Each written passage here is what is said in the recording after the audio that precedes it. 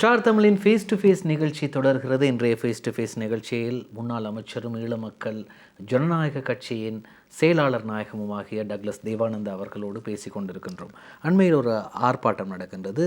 யாழ் பிரதேச செயலகம் வரை அந்த ஆர்ப்பாட்டமாக அவர்கள் பேரணியாக வந்து ஆர்ப்பாட்டத்தை முன்வைக்கின்றார்கள். போராட்டத்தை முன்வைத்தவர்களது கோரிக்கை இழுவை படகுகள் தொடர்பாக. இந்த இழுவை படகுகள் தொடர்பாக இந்திய அரசாங்கத்திடம் நீங்கள் கூற வேண்டும், இந்திய அரசாங்கத்திடம் கூறி இந்திய மீனவர்களை இலங்கை எல்லைக்குள் வரவிடாமல் தடுக்க வேண்டும், இதற்கு அரசாங்கம் நடவடிக்கை எடுக்க வேண்டும் போன்ற பிரச்சனைகள்.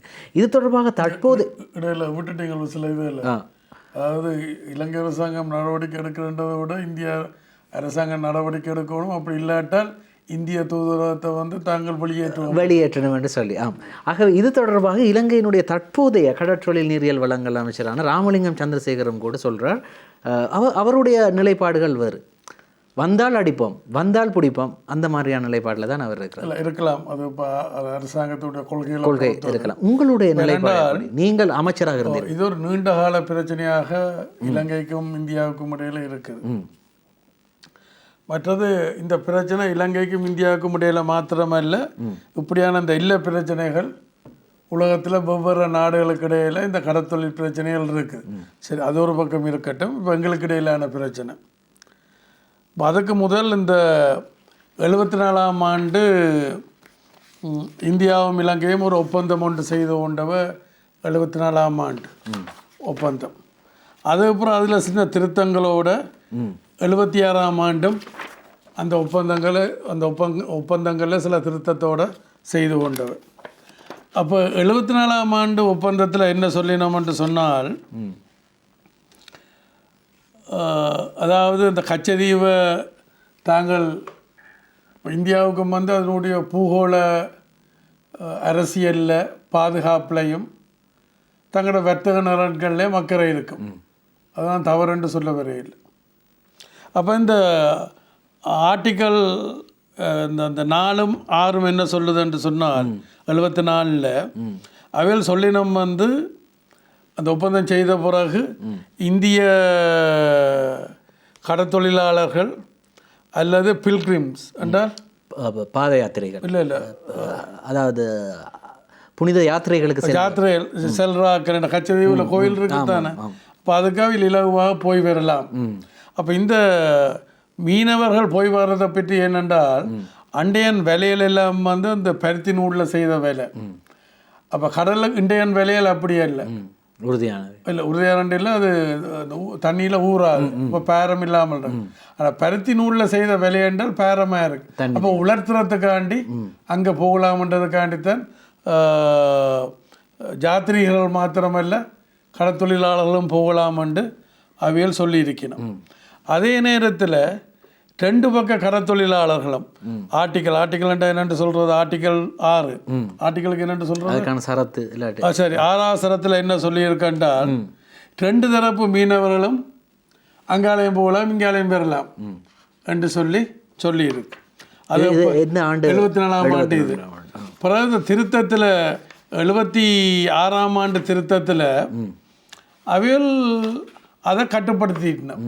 இது அப்போ அப்போ எங்களுக்கு கச்சதீவை கொடுத்தது வந்து கச்சதீவு ஒரு சின்ன துண்டை கொடுத்தவ, அதை விட வெச் பேங்க் என்று சொல்கிறது அது வந்து 80% மேலே பெருசு. முந்தி நாங்களும் அங்கே போய் தொழில் செய்து கொண்டிருந்தோம். நாங்கள் பல வளம் கொளித்த பிரதேசம், வளம் கொளித்த வளம் என்று சொல்லிக்கல கடல் உணவுகள் மாத்திரமல்ல, எரிபொருள் என்னென்று சொல்கிறது, கனிய வளங்கள், எரிபொருள் இவையெல்லாம் இருந்தது, எல்லாம் அங்கே இருக்குது. அப்போ அதால் அவையில் மெதுவாக அதை கச்சதீவை கொடுக்குற மாதிரி கொடுத்துட்டு இதை எடுக்கிற மாதிரி எடுத்துட்டோம். அது அவைகளுடைய பூகோளனால விளங்க இதான் நடந்தது. அப்போ அந்த இதில் என்ன சொல்லியிருக்கணும் என்றால், 74 சரத்து 2ல் என்ன சொல்லியிருக்கணும் என்றால், முந்தின மாதிரி எல்லாரும் பெற முடியாது, ஒரு 6 படகுகள் மாத்திரம்தான் பெறலாம். அப்படி அந்த வெச் பேங்கில் போய் தொழில் செய்கிறது 6 படகுகள் வந்தால் யார் வரையினம் என்ன மாதிரி, மற்றது ஒரு வருஷத்துக்கு 2000 தொன்னுக்கு மேலே எடுக்க முடியாது என்றது. அது சரத்து 2ல் சொல்லினோம். அப்புறம் சரத்து 6ல் சொல்லினோம். சரி, உங்களோட கோரிக்கைக்கு நாங்கள் நீங்கள் வர வேண்டாம், உங்களுக்கு நாங்கள் 2000 தொன் ஒரு வருஷத்துக்கு தாரம், 2 பேரும் முணங்கின விலையிலே விளங்குதுதான்.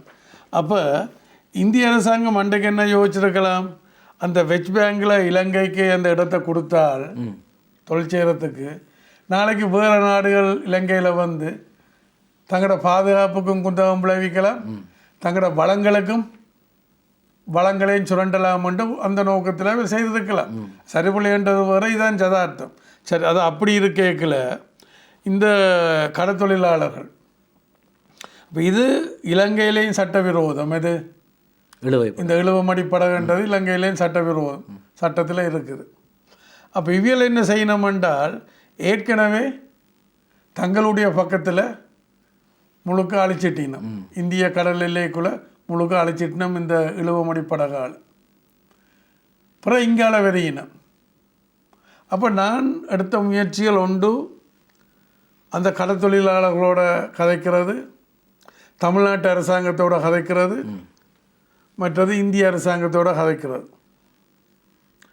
இந்த பேச்சுவார்த்தை இப்போ கச்சதீவுலாம் 2-3 தடவை போய் 2 பக்க கடற்தொழிலாளர்களையும் வச்சு கதைச்சிருக்கிறேன் கச்சதீவு இந்த பெருநாட்கள் நேரத்தில். அப்போ அவையில் ஏற்றுக்கொள்ளி நம்ம தாங்கள் செய்கிறது பிள்ளை தான், தங்களுக்கு 1 வருஷம் 2 வருஷம் தாங்க. நான் சொன்ன ஒரு நிமிஷம் கூட கொடுக்க முடியாது.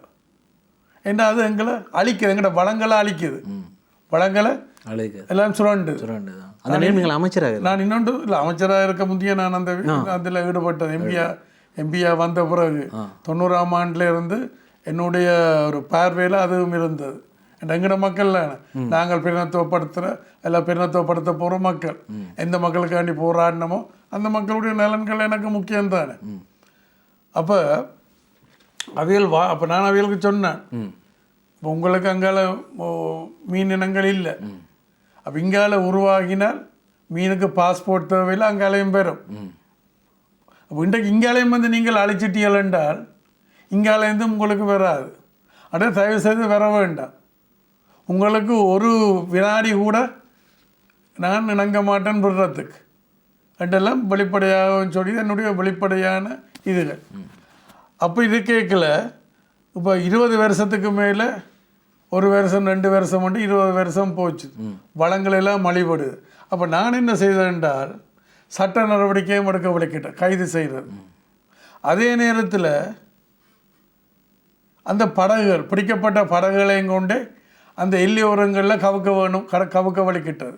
அதை விட பழைய ட்ரெயின்கள் அல்ல பழைய பஸ்ஸுகள், இது பொதுவாக எல்லா இடத்துலையும் உலக நாடுகளில் ஏன்னா அந்த பவளப்பாறைகள் எல்லாம் அழிக்கப்பட்ட இடங்கள் அல்ல இதுகளெல்லாம் வந்து அந்த பவளப்பாறைகளை உருவாக்கும். அப்போ ஒரு பழைய பஸ்ஸை கொண்டே போட்டால் ஒரு 6 மாதம் 1 வருஷத்தில் மீன் இனங்கள் அதுக்குள்ளே உருவாகும் இல்லைங்க. அப்போ இது அழிக்கப்பட்ட இடங்கள் உண்டு, மற்ற புதிய இடங்கள்லேயும் இதெல்லாம் உருவாக்குவோம்ன்ட்டு. அப்போ இந்த பிடிக்கப்பட்ட படகுகளை அங்கே கொண்டே போடுறதுக்கு ஒரு காரணம், ஒரு அழுத்தம் கொடுக்கறதுக்காண்டி. இந்த பெரிய பெரிய பஸ்ஸுகள் ட்ரெயினுகள் இதெல்லாம் கொண்டே போட்டால் அவையில் விலையை அதுக்குள்ளே போட முடியாது, இந்த விலையை அதுக்குள்ளே சிக்கப்படும் விளங்குது, அது ஒரு காரணம். 2வது இப்படியெல்லாம் கொண்டே போட்டால் அவையில் பெறமாட்டினம் என்ற ஒரு இது என்ன சொல்ல கேட்கினம் இல்லை. அப்போ அவைகளுக்கு ஒரு விளங்கக்கூடிய ஒரு பாசையில் பேச வேணும் என்று ஒழிய மற்றபடி பூகோள அரசியலில் இந்தியாவுக்கு தான் என்னுடைய முன்னுரிமை. அது வேறு, இந்த பிரச்சனை வேறு. தொப்புள் கொடி உறவாக இருக்கலாம், தொப்புள் கொடி உறவாக இருந்தாலும் வாயும் வயிறும் வேறு. நிச்சயமாக. ஆக இந்த அரசாங்கத்தினுடைய இந்த அப்போ இதில் ஆண்டியான் போராட்டத்தில் அதில் சில பேர் ஒரு ஒரு வம்பு பண்ணுற தனமாக இந்த இதை சொல்லி இருக்கணும், அது அப்படி சொல்லியிருக்கக்கூடாது. தூதர விடயத்தை அந்த தூதரம் ஏனென்றால் தூதரகம் ஒரு துணை தூதரகம் பெறணும் என்று முனைப்பு காட்டினதில் நான் பிரதான பங்கு வகித்தது. சில காரணங்களுக்காண்டி எங்களோட மக்கள் நலன் சார்ந்த பல காரணங்களுக்காண்டி யாழ்ப்பாணத்தில் தூதரகம் பெற வேணும் என்று முனைப்பு காட்டினால நானும் ஒரு ஆள், பிரதானமான ஆள். அவர்களுக்கு இடம் கொடுத்ததில் விளங்குது. அப்போ சில காரணங்களுக்காண்டி மற்றொரு கனெக்டிவிட்டி, அதாவது ஒரு இணைப்பு வேணும், என்ன பலாலியிலேருந்து அங்கால போய் வரக்கூடிய மாதிரியான ஒரு இணைப்பு அல்லது பயணிகள் கப்பல் வேணும் விளங்குது தானே. இப்போ ரணில் விக்ரமசிங்க மோடியும் கதைக்கணும் என்ன தரப்பாதை ஒரு பாதை போடுவோம், அது ஒரு கற்பனையாக இருக்கலாம் மொழிய, இதெல்லாம் தேவையான. அதை விட மேலதிகமாக நான் இன்னொன்று சொன்னான் என்னென்றால், இன்றைக்கு தமிழ்நாட்டில் தான் கூட பொருட்களை இங்கே வர்த்தகர்கள் கொள்வனவு செய்யணும். அது என்ன செய்யுது, அப்படியெல்லாம் சுற்றி கொழும்புக்கு வந்து பிறகுதான் எங்களுக்கு வருது. அப்போ விலை கூட வரும். நேரடியாக நாங்கள் இறக்குமதி செய்தால் விலை குறைவாக எங்களுக்கு விலை குறைவாக இருக்கும். நாங்கள் தென்னிலங்கைக்கும் அதை ஏற்றுமதி செய்யலாம். அப்போ கன பேருக்கு எங்களோட வாழ்வாதாரம் எல்லாம் சிறக்கும்ன்றது அந்த எண்ணமும் எனக்கு இருக்குது. அதே நேரத்தில் தொப்புள் கொடி உறவாக இருந்தாலும் வாயும் பயிரும் வேறு. அப்போ அவையில் அதை விளங்கி கொள்ள வேணும். இறுதியாக ஒரு கேள்வி ஒன்று இருக்கின்றது. இந்த அரசாங்கம் உங்களுடைய கொள்கைகளை அல்லது உங்களுடைய இடதுசாரி போக்குடைய ஒரு அரசாங்கம் எப்படி பார்க்கின்றீர்கள்? இந்த அரசாங்கம் எவ்வளோ காலம் ஓடும்? இல்லை, அது எவ்வளோ காலம் ஓடுமன்றதை மக்கள்லாம் தீர்மானிக்க வேணும். இரண்டால் இப்போ நாங்களும் ஒரு ஆயுத போராட்டத்துக்கு கூடாகத்தான் தேசிய நீரோட்டத்தில் கலந்து கொண்டது. அதுமாரி அவர்களும் வந்து ஒரு ஆயுத போராட்டங்களுக்கு கூடாகத்தான் தேசிய நீரோட்டத்தில் கலந்து கொண்டவர். அப்போ அந்த உணர்வுகள், அந்த புரிந்துணர்வுகள் எல்லாம் இருக்குது. ஆனால் துரவசவசமாக இந்த முறை எனக்கு நாடாளுமன்றம் போக முடியவில்லை. அப்போ அதுக்கு வெளியால் நிற்கிறேன். அப்படி நான் வெளியால் இருந்து கொண்டு நான் அவைகிட்ட இதையும் பெருசாக எதிர்பார்க்க முடியாது. இப்போ நான் நாடாளுமன்றத்தில் தொடர்ந்து இருந்திருப்பனாக இருந்தால் அவர்களை என்ன மாதிரி முன்னெடுத்து செல்லலாம் என்ற என்னுடைய தேசிய நல்லிணக்கம் தென்னிலங்கையில் ரொம்ப வலுவாக இருக்குது. முந்தி கூட கதை கேட்கல சொல்லியிருக்கணும், போலீஸ் அதிகாரங்கள் காணி அதிகாரங்கள் எல்லாம் டக்ளஸ் தேவானந்தா கேட்டால் கொடுப்போம்ட்டு தென்னிலங்கை அரசியல்வாதிகள் எல்லாம் சொல்லியிருக்கணும். அது என்னுடைய தேசிய நல்லிணக்கம் காரணமாக உங்களுக்கு இது ஒரு புதினமாக இருக்கலாம். அன்றைக்கு பிரேமதாசா ஆட்சியில் இந்த இலங்கை இந்திய ஒப்பந்தத்தில் 2 விஷயங்கள் இருந்தது அன்றைக்கு. ஒன்று போலீஸ் அதிகாரம், மற்ற காணி அதிகாரம். இப்போ கிட்டடியில் நாங்கள் ஆட்சியில் இருக்க ரணில் விக்ரமசிங்க நாடாளுமன்றத்தில் காணி அதிகாரங்களுக்கு உரியது கொன்ற வழிக்கிட்டது. எங்களுக்கு அங்கே 3-2 இருக்கையில் அது விடுபட்டு போயிட்டது. இந்த போலீஸ் அதிகாரத்தை பற்றி அன்றைக்கு பிரேமதாச ஆட்சியில்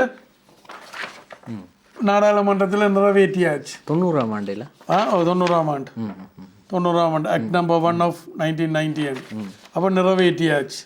அதில் என்ன சொல்லப்படுது, this act may be cited as a police commission act number 1 of 1990 and shall come into operation on such date as the president may appoint by order published in the gazette. அப்போ அந்த நேரத்தில் அவர் கையெழுத்து போட்டா சரி. அப்போ அந்த நேரத்தில் புலிகள் பேச்சுவார்த்தை நடத்தி கொண்டிருந்தவர். புலிகள் அரசாங்கத்துக்கு என்ன சொல்லிச்சிடும், நீங்கள் இப்போ ஒன்றும் கையெழுத்து போட வேண்டாம், இப்போ அந்த அதிகாரம் கொடுக்க வேண்டாம், தாங்கள் கழிச்சு முடித்த பிறகு எங்களுக்கு இடையில் இணக்கம் வந்த பிறகு தர சொல்லி. அப்போ யார் இதை கெடுத்தது? தமிழ் தலைமைகள்லாம். இல்லாட்டா அன்றைக்கு போலீஸ் அதிகாரம் கூட எங்களுக்கு கிடைச்சிருக்கும். அது சரியாக பயன்படுத்தினோமா பிள்ளையாக பயன்படுத்தினோமான்றது வேறு. இன்றைக்கு இந்தியாவில எல்லாம் போலீஸ் அதிகாரங்கள் எல்லாம் இருக்குத்தான் மாநிலங்களுக்கு. அப்போ தமிழ் தலைமைகள் விட்ட பிள்ளைய ஒழிய நான் தென்னிலங்கை அரசாங்கத்தை குறை சொல்ல மாட்டேன். ஒவ்வொரு சந்தர்ப்பத்திலையும் தமிழ் தரப்புகள் தவறு விட்டு. உதாரணத்துக்கு இன்றைக்கு இதைத்தான் முந்தி சொன்னேன், அதையும் சுருக்கமாக சொல்லி போட்டு விடுறேன். 85ஆம் ஆண்டு நினைக்கிறேன். அப்போ அன்றைக்கு ஒரு வதந்தி, இந்திய படம் வரப்போகுது. ஐபிகேஎஃப் இல்லை, இந்திய அமைதியாக்கும் படை இல்லை, இந்திய படை என்ன மாதிரி பங்களாதேஷுக்களை முக்தி பாகினி என்ற பெயரில் இந்திய படை போய் விடுவிச்சதோ அதுபோல இங்கே டெலிஃபோன் அமைப்பு கூடாக இந்திய படம் இங்கே வரப்போகுதுன்ட்டு சொல்லி. அப்போ நாங்கள் என்ன செய்ய போகிறோம்ன்றது கலந்துரையாடல். இபிஆர்எஃப் சார் ஹீரோஸ், இபிஆர்எஃப் மற்ற டைகர்ஸில் வந்து புலியில் வந்து கிட்டணும் தெளிவன். அப்போ நாங்கள் கதைக்கிறோம். அப்போ என்ன கிட்டன் சொல்கிறான், இந்திய படம் வந்து அடிக்க வேணுமன்றான்.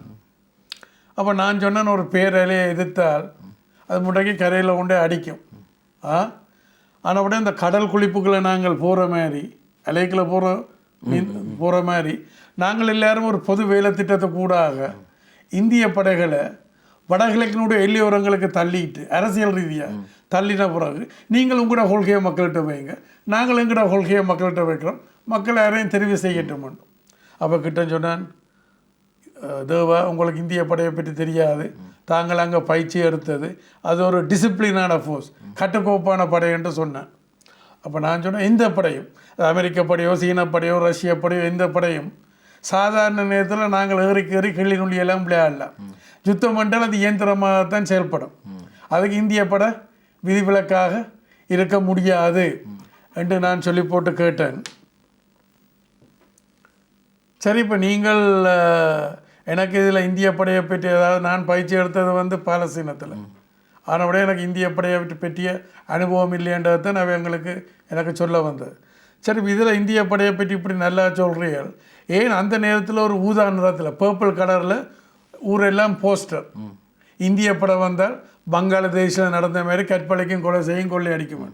இப்போ இதில் இந்திய படை கட்டுக்கோப்பான படையன்று எனக்கு சொல்கிறீர்கள், ஏன் இப்படி போஸ்டர் போட்டிருக்கிறீர்கள்? அப்போ திலீபன் சொன்னான், இல்லை தேவா, மக்களை மிரட்டாட்டா மக்கள் படைகளோட போய் சேர்ந்துருக்கணும். இந்த அவையோட சிந்தனையை பார்த்தீங்கள்ல, இந்திய படம் வந்தது இலங்கை இந்திய ஒப்பந்தத்தை முன்வச்சு எங்களை பாதுகாக்கிறதுக்கு தான் வந்தது. நாங்களும் அதை கெடுத்து கொண்டோம். இப்போ இந்த குளவி, இந்த தேன்கூடு இருக்குத்தான், இப்போ தேன் எடுக்க போகிறவர் ஹெல்மெட் எல்லாம் போட்டு சாக்கைக்கெல்லாம் கட்டி கொண்டு தான் போவேன். ஆனால் அந்த தேன் குளவி யாருக்கு போய் கொட்டும்? அதில் கை வச்சார் அக்கம் பக்கம் பிராக்க பார்க்குறவன், படுத்துருக்கிறவன், சைக்கிளில் போகிறவனுக்கு தான் அதான் நடந்து முடிஞ்சது. விளங்குதுதான். அப்போ இன்றைக்கு நீங்கள் முந்தி இப்போ நான் ரோட்டில் போய் வரைக்கெல்லாம் பார்க்கல, அங்கால பக்கம் வடகிழக்கில் முந்தி படையில் கண்டு அங்கே மக்கள் மாத்தியா சேர் அப்படி இப்படின்ட்டு நிற்பினேன். இன்றைக்கு வெடிச்சு போட்டு போயினேன். அதான் யுத்த நேரம் என்றால் அப்படித்தான் இருக்கும். புலிகள் மற்ற இயக்கங்களெல்லாம் தடை செய்ய என்ன செய்தவ, என்ன அப்படி தடவி கொண்டு தடை செய்தவ இல்லை, மோசமாக உயிரோடு எல்லாம் எரிச்சவ. எனக்கு கதைக்கிறதுக்குரிய அந்த தார்மீக பொறுப்பு, அந்த தார்மீக பொறுப்பு எனக்கு இருக்குது, அந்த உண்மை என்கிட்ட இருக்குது. என்கிட்ட மற்ற அந்த ஆரம்பகால போராளி என்ற வகையில் சகலதும் எனக்கு இருக்குது. நான் யாரோடையும் ஒரு வெளித்தளத்தில் நான் இது சம்பந்தமாக கலந்துரையாடுறதுக்கு தயாராக இருக்கிறேன். சரி, ராஜேந்திரகுமார் பொன்னம்பலம் அவர்கள் இந்தியாவிற்கு சென்றிருக்கின்றார். இது தொடர்பாக இல்லை, அதாவது அவர்கள் ஒரு சமஷ்டிய ஒரு புதிய அரசியல் ஜாப்புக்கு தமிழ்நாட்டு தலைவர்களோடு கதைத்து இந்திய மத்திய அரசுக்கு ஒரு அழுத்தத்தை கொடுத்து அவர்கள் இங்கே இலங்கை அரசாங்கத்துக்கு அழுத்தம் கொடுக்கலாம்ன்ற நோக்கமாக அவர்களுக்கு இருக்கலாம். இப்போ உடனடியான பிரச்சனை, எங்களோட பிரச்சனை என்னென்றால் எங்களோட கடற்தொழிலாளருடைய பிரச்சனை. ஏன்னா தமிழ்நாட்டில் இருந்தால் அத்துமீறி வரியினம். அப்போ தமிழ்நாடு அரசாங்கம் நினைச்சால் உடனே நிப்பாட்டலாம், அதில் இந்திய அரசாங்கம் நினைச்சா உடனே நிப்பாட்டலாம். ஆனால் அவையில் இந்த முறை செய்ய மாட்டோம், அங்கே தேர்தல் ஒன்று வரப்போகுது, சட்டசபை அவையில் கண்ணு காணாம மாதிரி தான் விட போயினோம். விளங்குதான். அப்போ அதான் இன்றைக்கு அவையில் போய் கதைக்க வேண்டிய முக்கியமான பிரச்சனை. விளங்குதான். மற்றது அரசியல் ஜாப்புன்னு சொல்லிக்கல 3-2 வேணும் சர்வஜன வாக்கெடுப்புக்கும் போக வேணும். அப்போ இன்றைக்கு 3-2 இருக்கிறது இன்றைக்கு ஆட்சியில் இருக்கக்கூடிய ஆட்களுக்கு அவைகளுக்கும் அதிகார பகிர்வு சம்பந்தமாகவும் அதிகார பரவலாக்கல் சம்பந்தமாகவும் அவங்கள்ட்ட கருத்து இருக்குது. நாங்கள் சொல்கிறோம் அதிகார பகிர்வு வேணும். அவைகள் நிற்கிறோம் அதிகார பரவலாக்கம் தான் தேவை என்று நிற்கணும். அப்போ நாளைக்கு ஒரு புதிய அரசியல் ஜாப்பு கண்டு நாங்கள் போவழிக்கிட்டால் இந்த பிரச்சனைகள் வரும். இது அதிகார பகிர்வா அதிகார பரவலாக்கமான அப்புறம் இந்த இதை எடுத்துட்டால் இந்த இலங்கை ஒப்பந்தத்தை எடுத்துட்டு எங்கள்கிட்ட ஒன்றும் இல்லை. இன்றைக்கு அது உருண்டு வார வாகனத்துக்கு பின்னால் ஒரு கட்டை மாதிரி இருக்குது. அதுக்கு முதல் எல்லாம் கட்டைகள் வைக்கிறதுக்கான வாய்ப்புகள் எல்லாம் கிடைச்சது. தமிழ் தலைமையில் தங்களோட சுயலாப அரசியலுக்காண்டி தட்டி கழிச்சிட்டீங்க சொல்ல விளங்குது. ஆனபடியினால் சரி, இவியல் அது அவைகளுடைய ஒரு அரசியல் அவைகள் போயிருக்கணும். அங்கே இவளுடைய என்ன கோஷம் வைக்க போயினோம்னு தெரியாது.